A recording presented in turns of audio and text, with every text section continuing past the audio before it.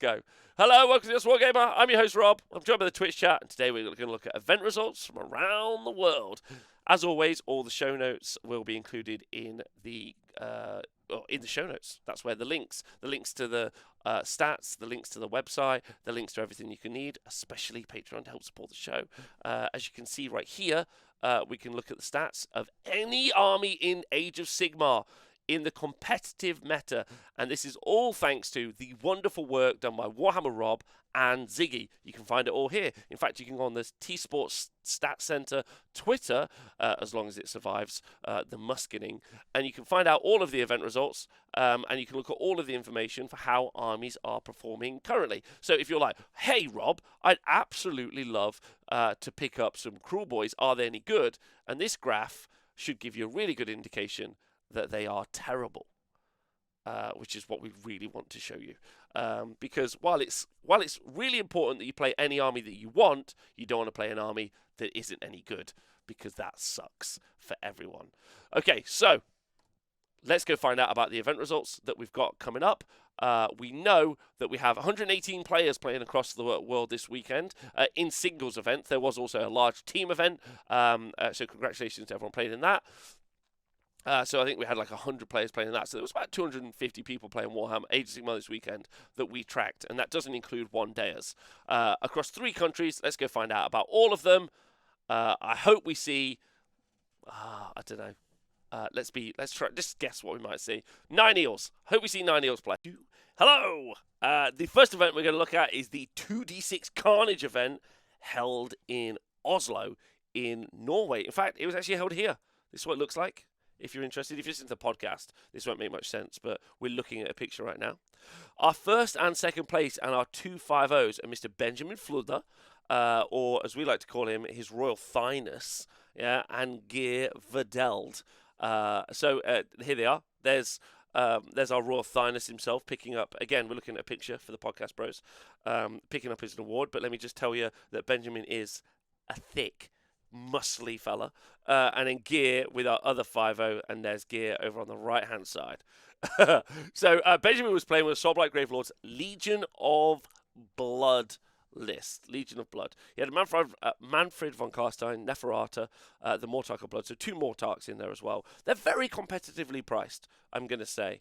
Manfred is kind of like a solo operating list, and then unit. Sorry, he's a duelist character, but he's like a monstrous duelist character, right? He brings utility to the rest of the army, but I would say that mainly that isn't his real role, because he's got this ability to activate, and then when he activates in combat to teleport away.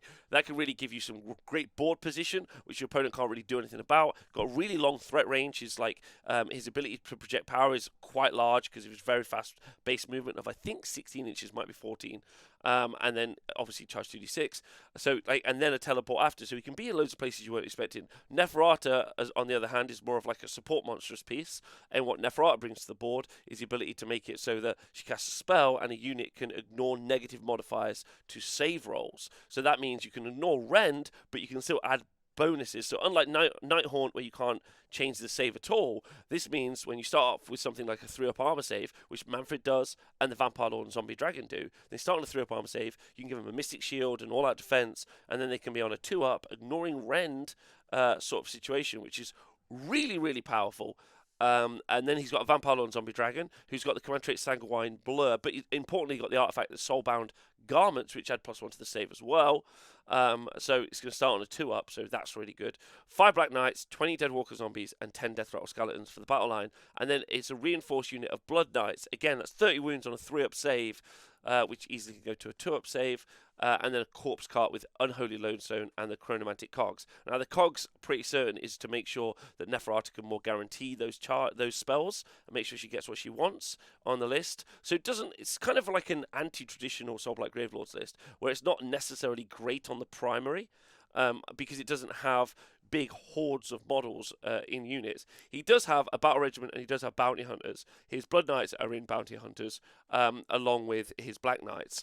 So he's going to be good into enemy infantry, but it's mainly the ability for this army to just smash into pieces and lift them off the board. Those Blood Knights are going to do some crazy damage when buffed up correctly, and then going to be able to just achieve a lot of those tactics that you weren't really expecting. So I don't think they're weak on the primary, but they don't play more traditionally on the primary. Instead, it's a save stacking army that's going to be able to push forward into you very aggressively and not really worry too much about your smackback, which I think is really cool. And Benjamin did a great job on it. Yeah, the thick Weegian, thank you. And I'm glad he had a great time. So well done to him. Gear in the chat, well, not in the chat, but I got a lot of love for Gear in my heart. I just think he's wonderful. He's running Stormcast Eternals, he's running Astral Templars, and he's running Scions of the Storm. So Astral Templars means that you can't do any monstrous actions against the unit. Okay, and this is really powerful. So it stops the matchup against Gargants going badly when you get body slammed. Which I think is interesting. Although a lot of conversation about Gargants not doing very well right now. Interesting to look at the stats at the end of the show when we look through that in a minute. All right, he also said he has a Lord Castellan, a Knight Draconis. This is all in Scions of the Storm. And his Knight Draconis had the Master of Magic and the Arcane Tome command trait. And then the artifact, and then he had his mount trait Celestial Instincts, and then he's got spell Celestial Blades for +1 to wound. That's going to be really important because this one cast that is doable by this Knight Draconis is going to be really important because he's probably going to cast that +1 to wound spell on his 6 Stormdrake Guard. 6 of them. A unit of 6. 1,020 points. That Knight Draconis is obviously going to be able to make them shoot in the hero phase, shoot in the shooting phase normally as well. So that's a lot of mortal wounds from that shooting. And then if you charge at them, this is the scary bit, that all-out attack, that stand and shoot reaction, so Unleash Hell is also going to be more mortal wounds, and then they're going to also charge, do lots of damage. He has another unit of 2 Stormdrake Guard, and 5 Liberators, and 3 Aetherwings. So this is, again, another good example of not necessarily great ability to hold lots of objectives. So Silk Steel Nets is one of those ones where I think may be fairly problematic for being able to run a list like this. However, all of those units are mainly monsters, so they're going to count as 5, and they're going to be very good at totaling up the numbers. Not a lot of bodies, but they're still going to have a lot of numbers on the objectives. 6 Stormdrake Guard feels like a big tax. And interesting because we haven't read a lot of Be'lakor lists recently. I wonder if we're going to see Be'lakor feature more in Slaves to Darkness after Christmas, while people are kind of producing the new Slaves to Darkness armies, or if Be'lakor hasn't really been that necessary or very useful in a lot of the upcoming kind of armies that we've been seeing recently. Maybe some of the Tzeentch lists haven't wanted it, or maybe Be'lakor has always been replaced with an Incarnate, because ultimately the Incarnate kind of is even better than Be'lakor in being able to shut down the opposing army. I'm not really sure what the answer is for either of those two, but it's interesting we haven't read a lot of Be'lakor at the minute, and then we've seen a lot of big, what we would call Death Star units in the Stormdrake Guard doing so much damage. So love that. 2 great lists, 2 great people. Wicked. Okay, so looking at the 4-1s, we've got some really interesting lists. Ole Gunnar Vatland was running Lumineth Realm Lords, and he had an interesting list. Now, we talked about this a little bit already. Ymetrica, so ignoring up to Ren 2. Then he has a Stone Mage, an Enlightener, and an Avlanor, all in Lumineth Realm Lords. Avlanor is a great support piece, makes units -1 to hit, gives additional attacks out to Stone Guard, and he had 15, 10, and 5 Stone Guard. So ignoring Ren 2, giving additional attacks, making units -1 to hit around him, making that Stone Guard even more survivable, because when they're on an objective, they also have a 4 ward against mortal wounds. So they ignore Rend, they ignore mortal wounds, they're -1 to hit thanks to Avlanor. So he's a great support piece and a great fighting piece at the same time. Then the Stone Guard in combat doing lots of damage and not dying as well. Then 5 Dawn Riders in Bounty Hunters, and then 20 Sentinels and some Ballista, and a Ballista. So they're going to each give each other +6 inches to their range because they've both got a Lantern. Now, one of the things that I would say that I really, really like about this list is it does something quite important, is it makes your opponent have to at least run towards you because you're shooting it with ballistas and you're shooting it with sentinels. It's got a nice trading piece in the Dawn Riders in that they can be incredibly fast if they want to be. So if you want to go and run forward and kill some screens, or maybe one of that small 5-10 man unit that's on a left or right hand objective, and then just go take them off the board. It's really, really versatile and useful for that, especially with things like Speedy Heesh. So I think that's a really useful spell. And that allows your Stone Guard to get into position where they want to be. So your opponent has to come to you because it's got some shooting, and then once it gets to you, you're fighting an attrition battle in the middle, which I think is interesting.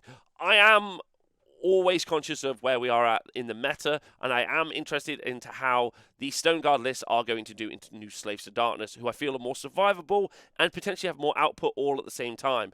Maybe it's point for point. I haven't done the math on it yet myself, but I feel like that's an interesting matchup in that they both are going to have similar-ish playstyles. They both have got a lot of utility as well, but I think that you're going to be able to put maybe more Slaves to Darkness units on the board and some little cheeky utility pieces.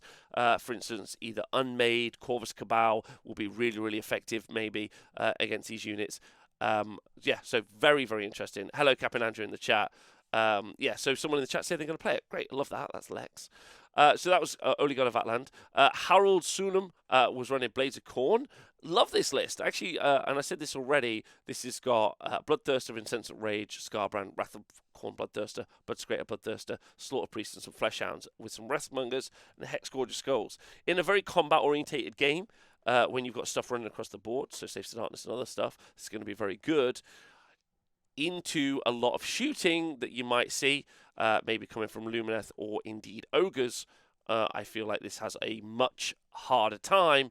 And unfortunately, both those two things exist at the minute. Maybe we had a very nice kind of 6 months where there was a lot of combat in the game and shooting was maybe slightly less of an issue. But we are now entering a world where they're definitely, if Iron Blasters don't get changed, we're definitely going to have more output from shooting than we've seen in a very long while. And that does mean that this list, which has been able to have a resurgence because of the combat meta, has unfortunately got a bullseye on its head. Because it's a gun. Do you get it? Like, it's just, yeah. Like, yeah, these, like, corn lists are like a kid in an American school, is what I'm saying. Right, so the next list is Lassie Kalberg. He's playing Daughters of Cain. He was running Marathian the Bow Snakes, but in this very continental style breakfast of a list, you've got a unit of Shadow Stonkers, so 15 Bloodstalkers, Marathi, and then you've got a Melusite Iron Scale, but then he's always got this 20 Phoenix Guard, which I love. Because of the Zealous Orator was never FAQ'd, you can rally the Phoenix Guard on a 4-up. So they make a really great screen. So you can screen 20 Phoenix Guard in front of your 15 Bloodstalkers, while Marathi can go and fight. And then, I mean, Phoenix Guard can also fight as well. Amazing. They've got like 2 attacks each, 3/3s, rend 1. But they've got 4-up armor save, 4-up ward save. So the Shadow Stonkers can go and do all of the teleporting, grab objectives, do barge through enemy lines, especially for the additional VP. That's really positive for them as an army. And then you've got a great shooting unit, you've got a great fighting unit, and you're just going to be able to hold one section of the board very, very competently. So it's just a great list. Great list. Hard to see what beats that sometimes, but, you know. So Seraphon was being run by Tom Kenneth Soley. And he was running Slan. This is in Fangs of Sotek, so Skinks get additional move. They obviously get the retreat and shoot command ability as well. So Saurus Astaroth Bannerbearer and Skink Star Priest, and 30 Skinks, 2 lots of 10 Skinks, Saurus Guard to tank and bodyguard wounds for the Slan Star Master, and then 2 units of 8 Salamander Hunting Packs. So it's 2 Salamanders really with handlers, and then 2 Stormdrake Guard. So Stormdrake Guard fast and tanky and do mortal wounds, and Salamanders also do mortal wounds and a great fighting unit. Salamander's an amazing unit still for 280 points. So, oh, and the Endless Spell Horrorghast, which is pretty devastating. And then we have Eric Lanes. Love Eric Lanes. Big shout out to the man at the north. Maggotkin. And he's running Blobe, a Lord of Afflictions, and Festus the Leech Lord, and then this is all in Blessed Sons, and then 3x5 Putrid Blight Kings, 2x2 Pushkar Blight Lords, in Expert Conquerors and Bounty Hunters. This is kind of like the perfect list in a lot of ways. His 3 units of 5 Putrid Blight Kings are all Expert Conquerors, so they count as 15. They're really tough to get rid of with that 4-up armor save, 5-up ward, lots of wounds, and then they're really good in the fight. And then the Pushkar Blight Lords with all of their attacks, a little bit more mobile, just as survivable, and then they're going to be bounty hunters, so they're all damaged too. And then you've got all of your characters at the back to back them up. I just think it's a great, a great list. Like, it's kind of some of these are like pure cookie cutter. This is what I would give to a new player sort of level list, and they just work really well. Nice symmetry to them in a lot of ways. And then finally, a lot of conversation off air with the chat about this. We had Lars Hilgen I'm sorry, I've definitely said that wrong. With his Sylvaneth, he had a Warsong Revenant in Heartwood with the Spellsinger Arcane Tome. And then he's got a unit of 6 Kurnoth Hunters with Scythes. Great unit, incredible unit. Maybe even a better unit in the future going into things like Saves of Darkness, because they're just going to be able to punch them so hard with that rend on the Scythes. So actually, maybe an even better unit in the future. Then a unit of Tree Revs, so 2 units of 5 Tree Revs. A unit of 3 Kurnoth Hunters with Great Bows, and then a unit of 6 Spike Rider Lancers, and a unit of 3 Revenant Seekers with Spike Swarm Hive and a spell. We talked about this a lot. Like, the best Sylvaneth players in the world have been able to hit that 4-1 bracket with lists similar. And I would say that it almost always feels like it's the Spike Swarm Hive that lets them down. They want to teleport, they want to strike and fade, but they need to cast a spell and roll a 3-up in order to maybe do a 6-inch rollable charge, right? And then I just see that failing 1 out of 5 times at least. And then maybe even in some matchups, like, I don't know, Host Arcanum, Auto Unbind, Techless, Croak, even a Slan, like the ability to just Auto Unbind some spells or stop some spells pretty regularly, shuts that down quite significantly. Whereas some of the better lists that I think I've seen, or maybe uniquely lists I've seen, especially when I was at Alliance Open, I saw Ryan playing with more bugs in Warsinger. So instead of Spellsinger, he used the Warsinger for the additional move. So it's plus 3 inches to move, I think. So then the bugs are moving 19 inches, striking and fading. Felt like it was more reliable. Or even someone like Simon, who I saw at LGT running a bunch of Tree Lords. And he wasn't necessarily relying on Spike Swarm Hive to do any charging around. He was just like, my whole army's very tanky. I've got a lot of Tree Lords. I've got Durthu. What are you going to do about it? And once you put all of that, very much kind of like what you have with Nurgle, you push it all forward. It's quite an interesting build. Anyway, that's everything from 2D6 over in Norway. 2D6 is a big gaming club, I think, that exists in Oslo. If you happen to be in Norway or would like to go over there, I know that they're a group of people that they tend to generally travel. I know they've been to some German events, they've been to some Swedish events, but it's a great gaming group. I've got a lot of love for and time for everyone in Norway in the Age of Sigmar scene, so I hope they're doing well. You should go check out their events if you get the opportunity to do so. Our next event is the Devon Destruction 2, happening in, unsurprisingly, Devon, or somewhere near Devon, effectively. And here's where it took place, this unassuming school. People in the US who are like, oh, we always have them at big, large, fancy hotels. This is a very standard-looking location for an Age of Sigmar tournament, or Warhammer tournament, here in the UK. The event featured 44 players, and the event was won, and our only 5-0 at the time is Mr. Brandon Eaton with Scaventide from the South Coast Eternals. And he had a very cool list, and something quite different to what we've seen previously. He has a Grey Seer on Screaming Bell, a Plague Priest on Plague Furnace. Already we know it's going to be slightly different to what we've seen in the past. 2 Plague Priests, and then a Vermin Lord Corruptor. Then he's got 2 lots of 20 Clan Rats, and then he has 2 units of 30 Plague Monks. And then he has the endless spell Vermintide. Now, the main trick with this list is that the 30 Plague Monks could get up to 120 attacks, with +1 to hit and wound, thanks to the Vermin Lord Corruptor. That's right.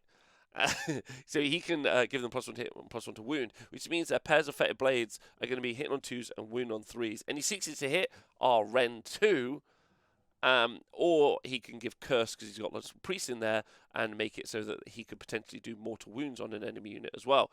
They are immune to Battle Shock thanks to the Plague Furnace in the list as well, so they're unlikely to run away until they get into combat. And then the Death Frenzy spell that the Grey Seer on Screaming Bell has means that the unit gets to fight on death. So even if you manage to get the charge off against it first, which is difficult because they have a bunch of Clan Rats in the way of them, then they are still going to fight back doing all that damage. So pretty scary as a list. Very interesting and super cool to see. Shout out to Brandon for doing so well with that list. Okay, in the 4-1 bracket, oh my goodness. First up, John Can, Sons of Behemoth, Breaker Tribe. New book, same list. Gatebreaker, Warstomper, Kragnos, 2 Man Crushers, Bosses of the Stomp. Is it different to the previous version of the Gargant's book? Who knows? And most importantly, who cares?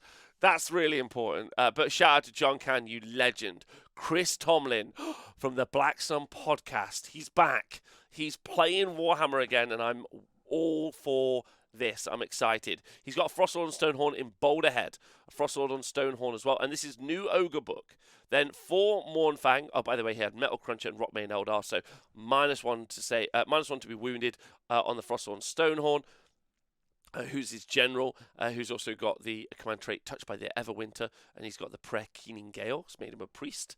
And then he's got the Arcane Tome on his other Frostlord and Stonehorn, and then he has got the Metal Cruncher.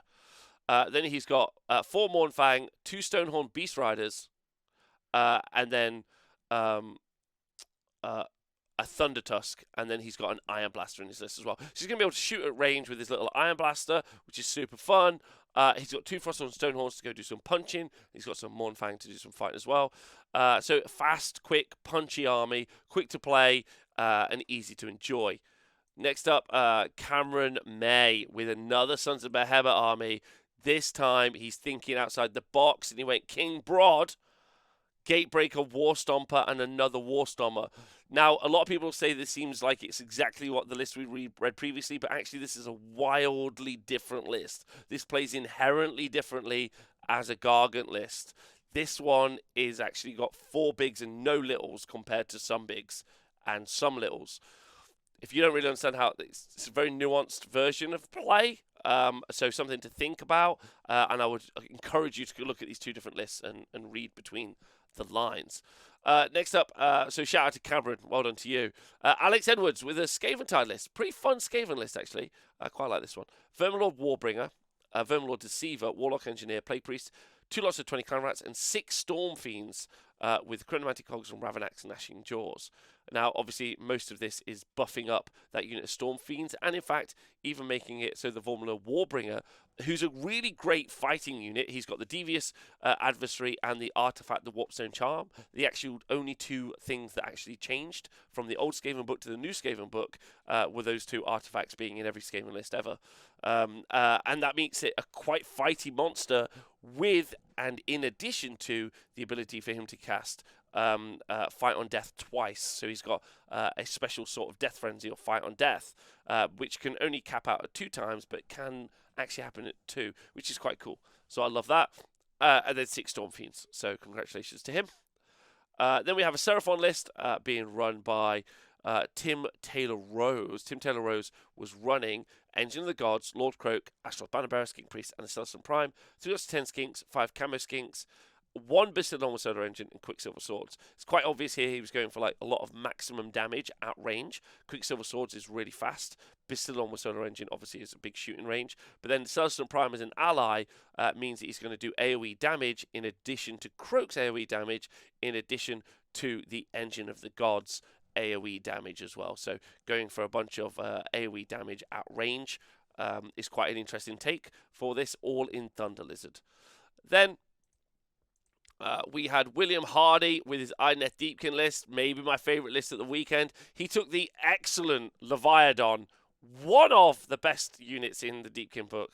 And he took an Eidolon, a Mathalon, aspect of the Sea, Lotan, and the Soul Render, all in the subfaction Nautilar, so +3 rend on the scythe attack, and makes the Leviathan battle line 30 Thralls, 30 Thralls. And then a unit of 10 Namati Reavers and the Burning Head, and then a unit of 2 Alapexes. So he's got some long range shooting. So he's got 8 attacks that do D3 damage at range from those Alapexes, another 8 shooting attacks at 24 inches from Leviathan. So putting a lot of long range threat at your opponent, meaning you have to run forward, which means your Thralls, Leviathan, can all charge in and chop you up, and giving them all +1 to wound. Pretty interesting. Like that a lot. Then Josh Can was running Legion of the First Prince. That's not going to be in effect anymore, but congratulations to him. Massive love to him. And then Michael Griffiths was running Marathi, 10 Bow Snakes, some Fighty Snakes in his list as well. Now, I know for a fact, because I was messaged about it, that the Devon Destruction Boys by Curton Games would really like to get some more people playing at their event. They're located in the south of England. They have room for up to 100 people. They've got some really great trophies. The trophies that I saw look really nice. They had some really nice food at the weekend, apparently. They had pizza, maybe curry. delivered locally. So and you also got a couple of free pints with your event ticket. So up to 2 free pints with your event ticket, which seems like just a really nice thing, and unlimited free tea and coffee. So if you do get the opportunity to go out to the Curtain Games event in Devon or around that area, then go check it out. I'm sure they'll try to do one every year. So a shout out to them. Good luck.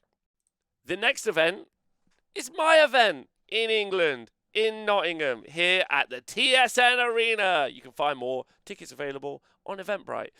We have loads of events. We have we have one in December before Christmas, and then we have a series of one-dayers just after Christmas, Boxing Day to New Year, if you'd like to come.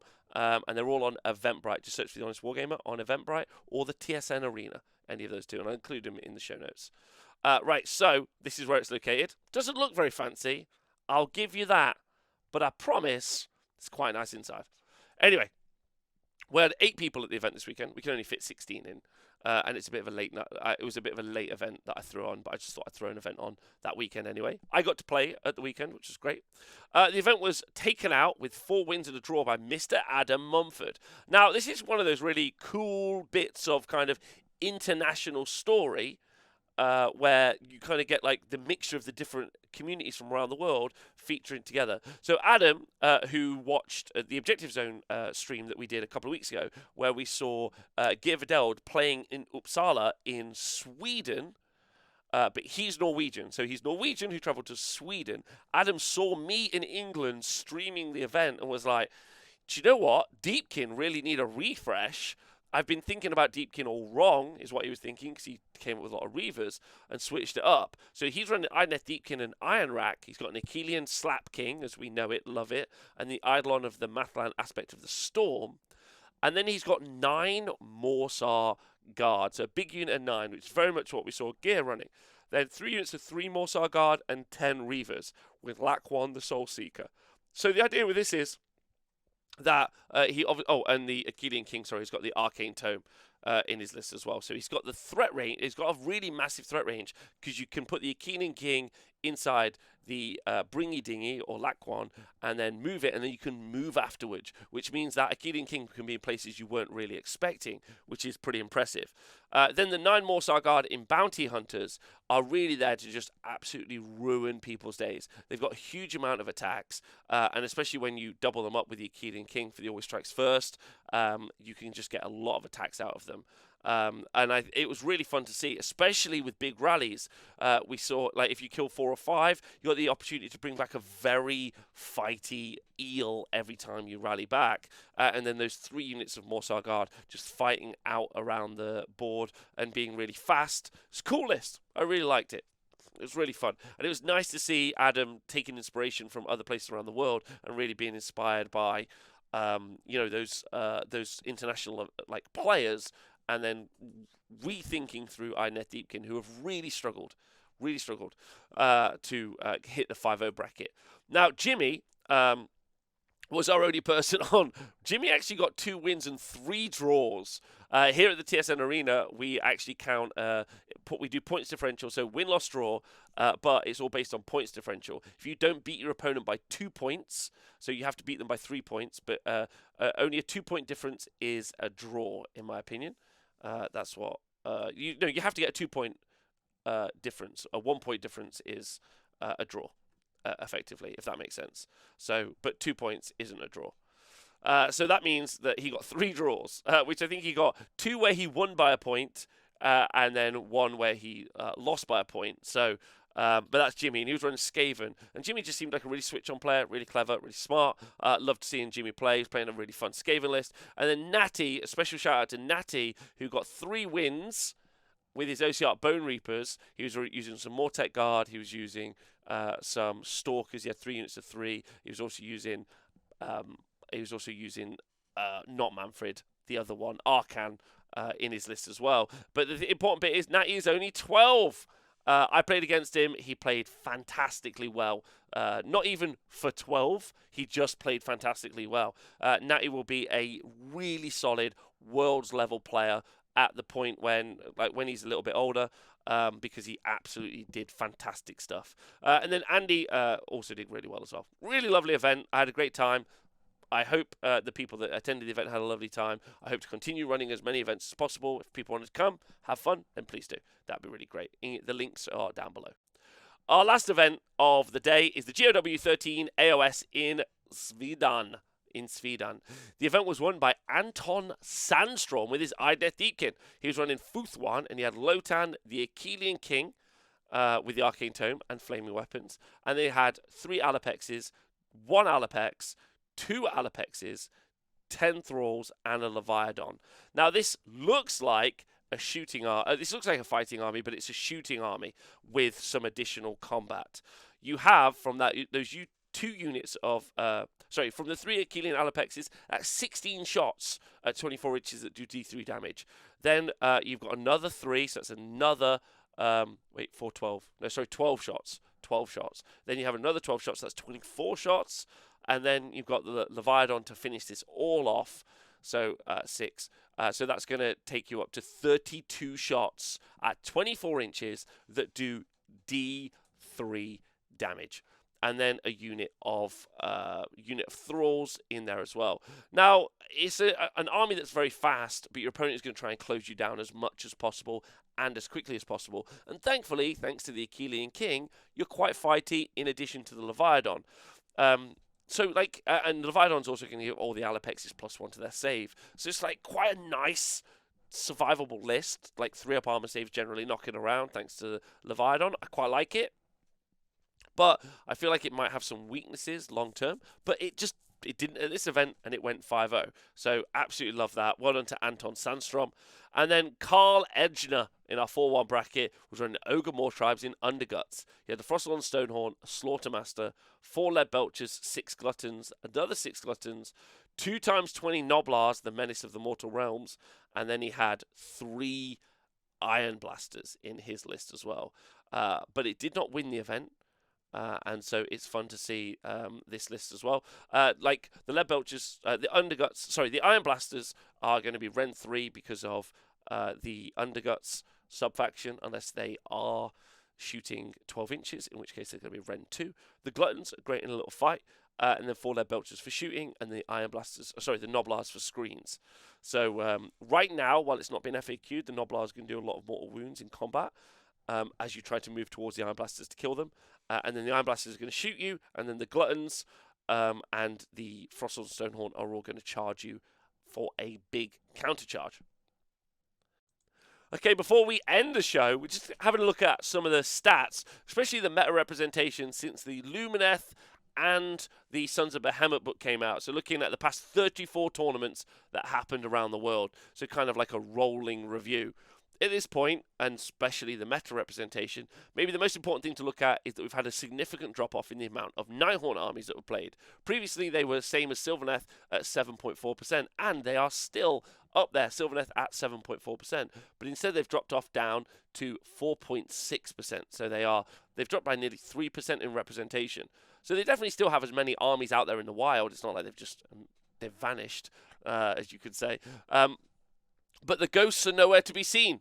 Maybe because spooky season is over. Maybe October is done and they're being packed up for the rest of the year. I don't know. But not as many Nighthorn armies on the tabletop. Probably because they're not actually that enjoyable to play. In my opinion, they play as a castle build and then they just kind of stand around and then run away. Whereas if you look at Sylvaneth, super fun. Do a teleport, do a strike and fade, run away again. Seems like quite a fun army. Magikin and Nurgle at 5.9% and Stormcast still the most popular, with Daughters of Cain at 5.6%, almost the most popular they've ever been.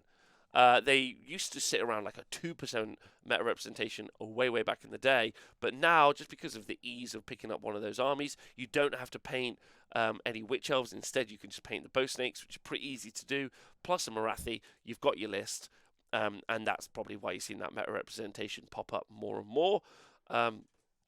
Kharazin Overlords, Ocean Bone Reapers, Heat Knights, Cruel Boys, Fleshlit Courts, all some of the more unpopular armies, which is of no surprise to me. Iron Jaws still up there with Magikin and Nurgle as well. Skaven, as I said, are going to keep dropping off more and more, 4.1%. I think you'll see them drop down even more in the future.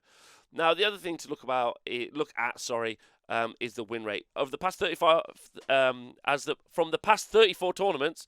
Thank you to Kiara Elvenblood for for raiding the Twitch stream while we're recording the YouTube video. What up, Raiders? I'll finish my last point. Beasts of Chaos in the past 34 tournaments have had a 63% win rate. So even with the nerfs from the Battle Scroll update, which effectively was a points reduction, they didn't address the main issues with the army, which is a 4+ rally, in addition to their summoning being rampant. And therefore, as you can see, they are wildly good and are easily the best army in the game at the moment, and will continue to be so until they get their new book in January. Looking at the events from around the world this weekend, they're smaller. Obviously, no events in the USA because they had Thanksgiving. So I don't think there's much to be learned from the meta. And as I said, offline, well, not in the recording so far, we're in an emerging meta in Age of Sigmar. We are currently waiting for the Iron Blasters and Slaves to Darkness meta, which I expect to be rampant come January and February. Those new books have just come out. Everyone's just got their minis. And as always, the production meta, which is where you have to produce all those minis and put them on the tabletop, is always going to be a slow process unless you happen to slap chop your minis. But obviously, we don't slap chop here. That's for nerds. So that's what I'm expecting in January and February. That's going to be pretty interesting because it's also in conjunction with the new General's Handbook, where we know that characters are protected from shooting, Bounty Hunters goes away, Expert Conquerors goes away. So it's going to be a very interesting 6 months, as well as a new Beast of Chaos book and a new Gloomspite Gitz book. So overall, it's going to be a very interesting kind of couple of months. And I think everything that happens over the next month, leading up to Christmas and the New Year, is going to just be kind of like the last hurrah of everything that we've been doing up until now. That doesn't mean there won't be some things. We know that Ogres in the Iron Blasters are something we're going to see a lot of at the moment, and you're going to see them because they're already produced. You will start to see some of those Slaves to Darkness armies over the next month as well, but we're not going to learn as much from them as we see at the moment. Beast of Chaos, best army in the game. I'm unsurprised. Battle Scroll seems to have had little to no effect on almost all of the armies. And that's actually something really telling, because that's a pretty damning indictment of Games Workshop and then producing all of their new stats for their MetaWatch articles, and yet their changes seem to have been little to no effect. So I'm hoping this means that they're going to really understand what it is that they're looking at and that they make more drastic changes in the future, but they'll probably just up and down everything 20 points like they have in the past. Thanks for listening. See you soon. Goodbye.